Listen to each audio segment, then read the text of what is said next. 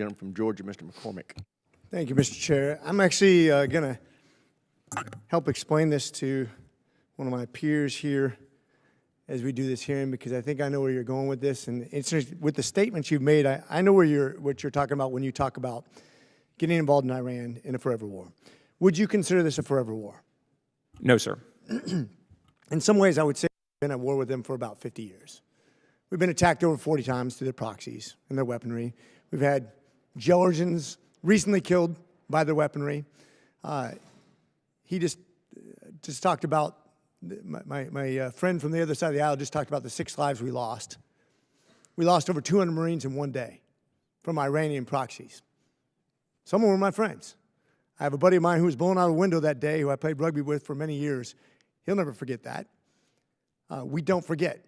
The fact is, the Biden administration and the Obama administration have both given them money, billions of dollars, and allowed them to have access to billions of dollars that have funded terrorism throughout the Middle East and the world. And quite frankly, they were nearing the precipice of nuclear arms. And then on top of that, they were able to produce about 100 advanced weaponry platforms as we opposed them with about 7 during the same time frame of about a month. They're outproducing us with something much cheaper too.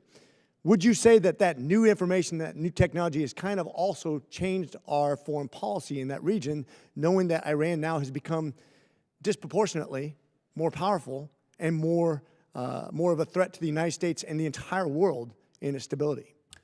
Well, thanks, Congressman. I would say you're right, absolutely right, and agreed to put your finger on the reconstitution of Iran's missile and drone capability and so forth, and the balance between Iran has been at a weaker point after Operation Midnight Hammer and the 12-day war.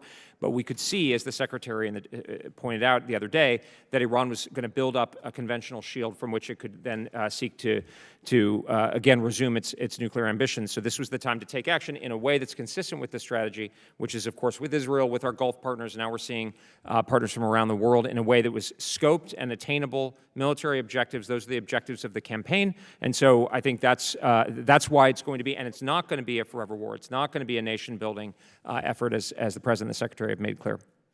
I think that's the take-home for me, is that when you show strength, when you develop relationships with other nations, and the Abraham Accords, and seeing the other countries in that region that traditionally were not friendly to us historically. When I was there in the 90s, I was stationed in the Persian Gulf and deployed there several times.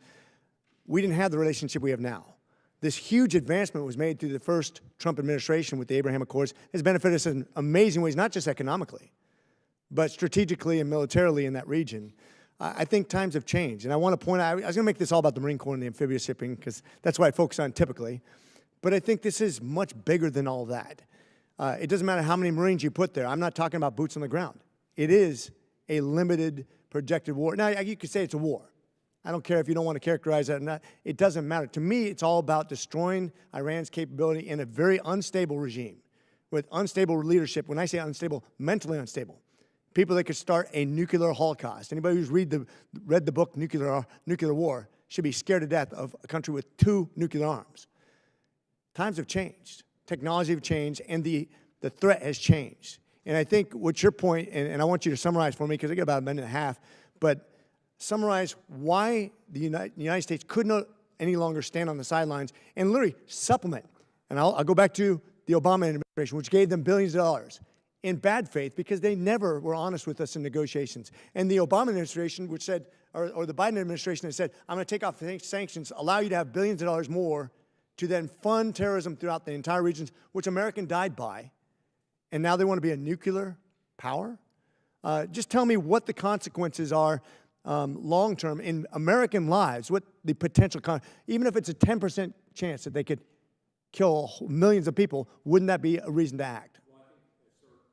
I think, sir, as you pointed out, and the President has been clear that and the Vice President as well, that we will ensure that and the strategy makes clear that we will deny Iran a nuclear weapon.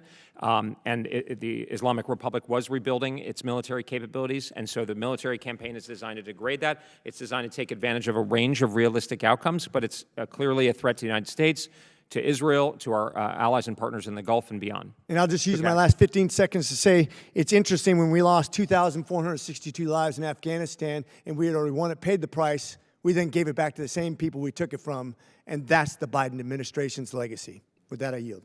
Gentleman's time has expired. The chair now recognizes the gentleman from California, Mr. Sestano.